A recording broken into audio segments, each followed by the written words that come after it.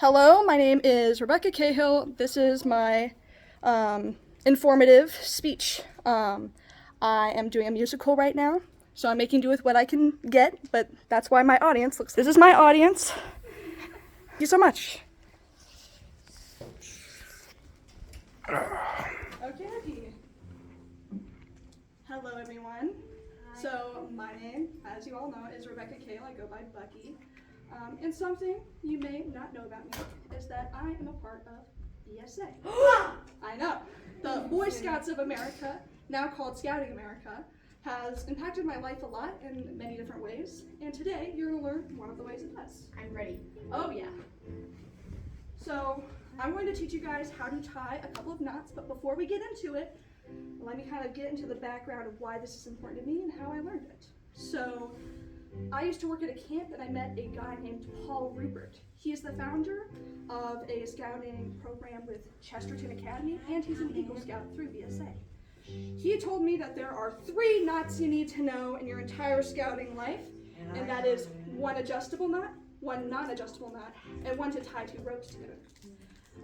This is something I've always internalized, and some of my favorite knots are these knots, so I guess I'm kind of lucky. All right, so you guys have all been given bandanas because that's what we have. Thank you. Well, let's get into it, shall we? So, the other one. Thank you, Ryan. Okita. So, the practical uses. Why are knots important? What do you use knots for? Well, historically, knots have been used all over the world since ancient times for a variety of reasons. Some being to withhold livestock. A lot of them was in regards to sailing and boating, which is something I'm also very passionate about as a person. So, but modern day times, a lot of you guys probably use knots without thinking about them. Like I'm sure a lot of you guys have had to tie your costumes up. A lot of you guys tie balloons together. That's actually called an overhand knot. Good one. It's a good knot. It's actually going to be a part of the knot to tie 2 ropes together.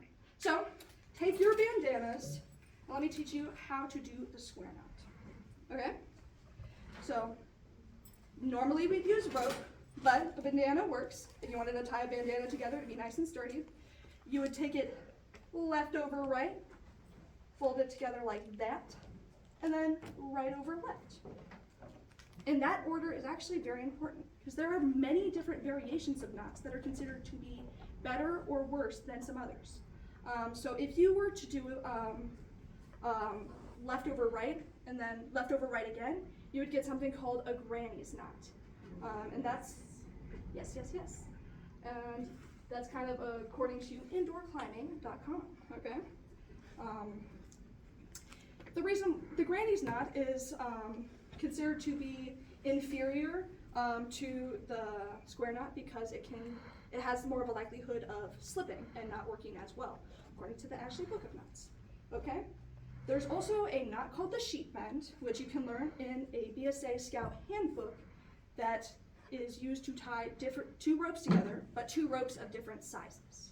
Sizes. Thank you, please give me sizes. Okay. So, another big knot that we talked about earlier is an adjustable knot. So, an adjustable knot, my favorite kind of knot falls under this category, but I'm going to be talking about 2 of them. So there's a 2-half hitch and a taut line hitch. Taut line hitch is my favorite. So, and we'll get to that later.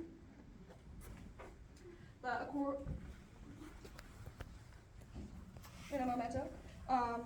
The taut line hitch is my favorite because, let me just show you real quick. It's an adjustable knot, so it's, for me, the most helpful.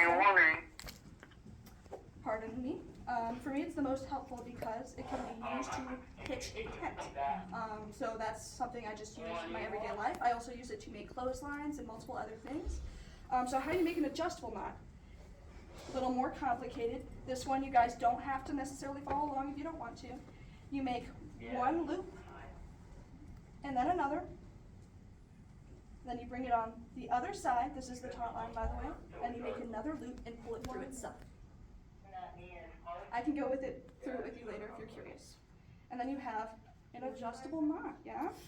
You see that? and that'd be used to like pitch a tent, yeah? So a 2 half hitch is where it only have 2 loops. And since it only has 2 loops, that's less friction on the rope, which causes it to slip easier, yeah? So one that's non-adjustable, if you wanted a non-adjustable loop, would be called the Boland knot.